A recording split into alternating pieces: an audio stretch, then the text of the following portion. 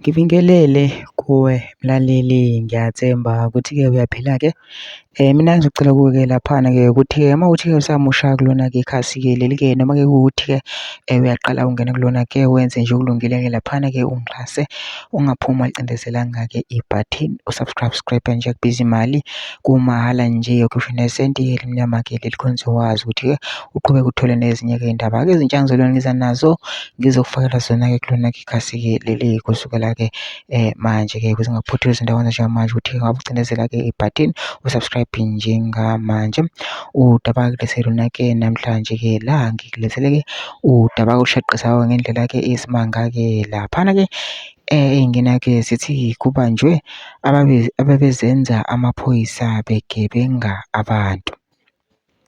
Sekubanjwe abalisa abathathu ebebehamba ngepholo elimhlophe. Laba bebezenza amaphoyisa befake amavesti wamaphoyisa, babanjwe onogada baka-Tenolo PI babadlulisela emaphoyiseni.